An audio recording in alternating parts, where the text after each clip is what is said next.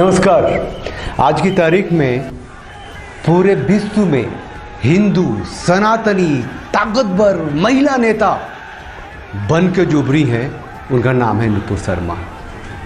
भारत की राजनीति में मोदी, योगी, शाह और शर्मा, हेमंत बिस्वा शर्मा जो असम के मुख्यमंत्री हैं के बाद जो हिंदू अस्मिता की प्रतीक बनकर उभरी हैं वो नाम है नुपुर शर्मा। नुपुर शर्मा जो विवादों में लिपटी पूरे देश दुनिया में तहलका मचा रही हैं, हिंदू सनातनी परंपरा और संस्कृति के प्रहरी के रूप में विवाद रहित होकर सबसे ताकतवर होकर उभरी है। और ये हिंदू सनातनी स्त्री, हिंदू सनातन धर्म के मानने वालों के लिए एक प्रतिनिधि के रूप में आगे आई है। क्यों आई है और इतनी ताकतवर ये कैसे हुई, इस पर चर्चा करते हैं। जब गूगल अब तक हुआ क्या उस पर जरा सा नजर डाल लेते हैं फटाफट। 26 मई को ज्ञान वापी के ऊपर एक टीवी में बहस चल रहा था जिसमें कि मुसलमान नेता रहमानी था जो शिवलिंग पर बहुत गलत तरीके से गलत बयानी कर रहा था, न सिर्फ फव्वारा कर रहा था बल्कि उसका जो अप्रोच था वो हिंदू सनातनियों की भावना को आहत करना था। उसके रिएक्शन में नुपुर शर्मा ने जो कहा वही मुद्दा बना। अब मुद्दा बनाने वाला था जुबैर अहमद जो खुद को फैक्ट चेकर कहता है और उसका अपना टूल किट है या वो टूल किट का हिस्सा है। उसने किया क्या कि नुपुर शर्मा के उस स्टेटमेंट को, उस बयान को काटा और अरबी भाषा में ट्रांसलेशन किया जिससे कि मिडिल ईस्ट में ये जल्दी से जल्दी वायरल हो जाए। और टूल किट का हिस्सा है तो टूल किट के साथ दिया और ये वायरल हुआ।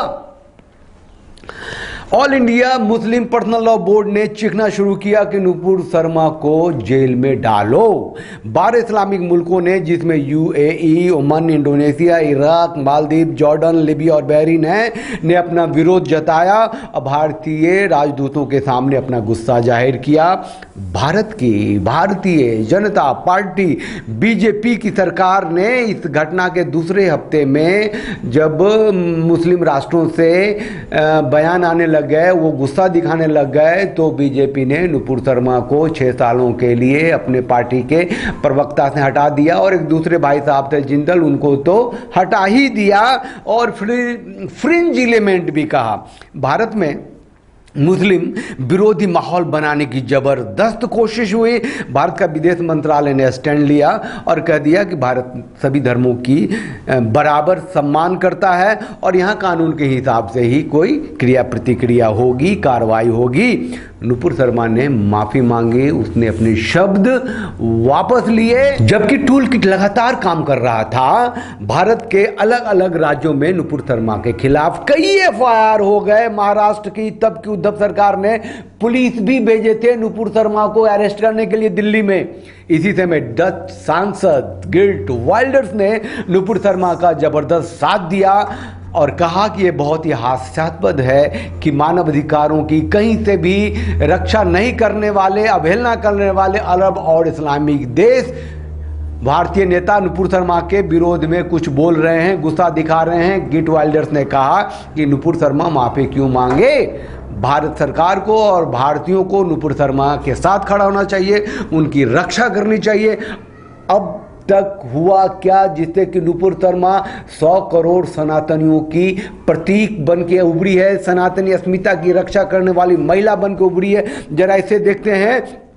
राजस्थान के उदयपुर में एक टेलर मास्टर कन्हैया तेली की 2 मुसलमानों ने गला काट दिया, हत्या कर दी क्योंकि उन्होंने नुपुर शर्मा के सपोर्ट में कुछ लिखा था, पढ़ा था। महाराष्ट्र अमरावती में एक मुसलमान ने अपनी करीबी दोस्त कोहली को गला काट दिया क्योंकि उसने नुपुर शर्मा को सपोर्ट किया था।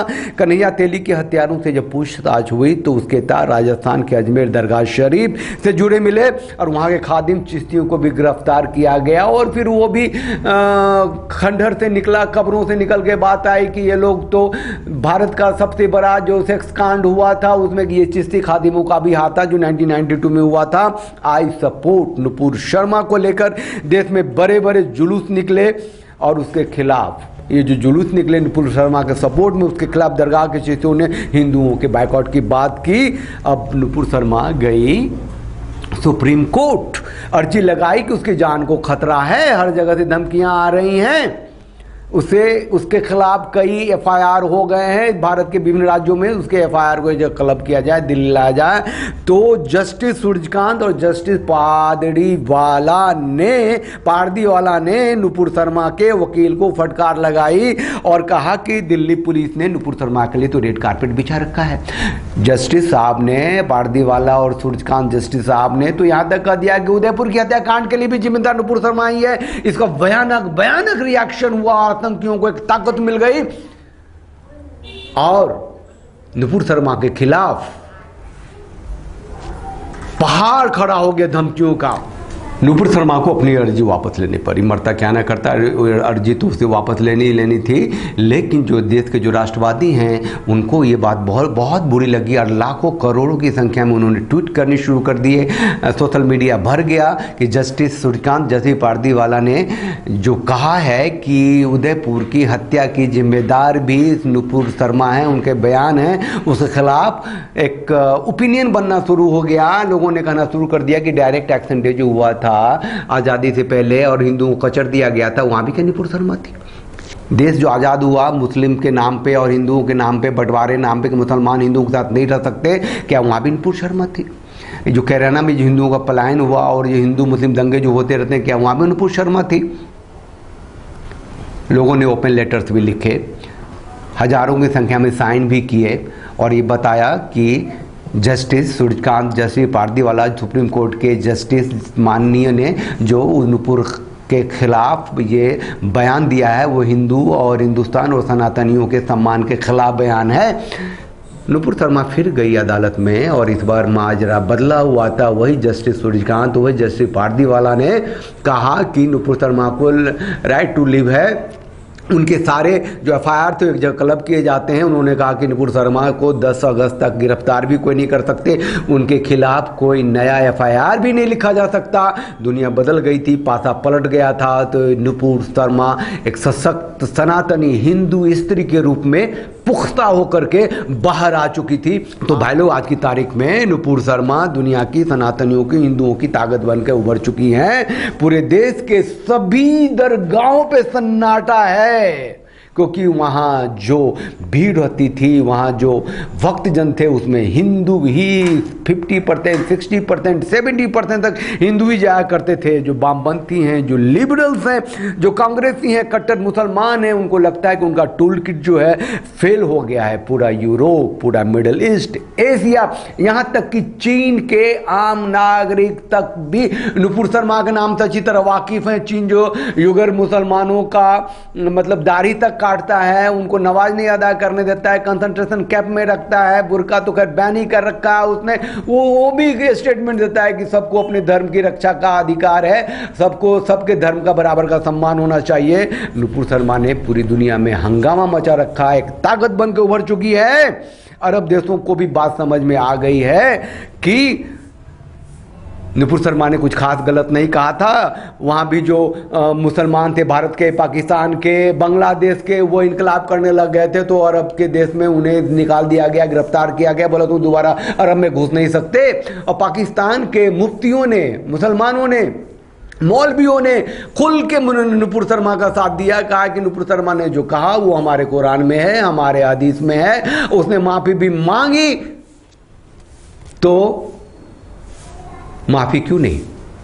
जो अधिकार जज का है वो आदमी अपने हाथ में क्यों लेता है? नुपुर शर्मा को ताकत मिलनी शुरू हुई है हर कोने से, हर तरह से। कट्टर मौलवियों के खिलाफ भी बातें उठी हैं और जो सरतन से जुदा के नारे लगे हैं उसने बहुत बहुत बहुत मजबूत कर दिया है नुपुर शर्मा को। हिंदू सनातनियों की आंखें खोली हैं। नुपुर शिक्षित है, मजबूत है, उसमें लीडरशिप के क्वालिटीज हैं। मोदी, योगी, शाह के बाद नुपुर शर्मा हिंदू अस्मिता की प्रतीक बन के उभरी हैं और ये बहुत बहुत दूर तक जाएंगी। हम ये मानते हैं कि वो एक प्रहरी के रूप में नुपुर शर्मा बाहर आ रही हैं। उनका एक बयान करोड़ों अरबों लोग सुनेंगे, समझेंगे और उस पर रिएक्ट करेंगे। ये बहुत बड़ी ताकत है जो नुपुर शर्मा के साथ आज है। हम तो छोटे से राष्ट्रवादी आदमी हैं। ये छोटा सा चैनल राष्ट्रवादी चैनल है। आप सबसे आग्रह कि चैनल को लाइक करें, शेयर करें, सब्सक्राइब करें और हमारे साथ के भारत माता की जय, वंदे मातरम, जय Bharat. Thanks for watching. Drop a like, leave a comment, and don't forget to subscribe to watch more videos like this.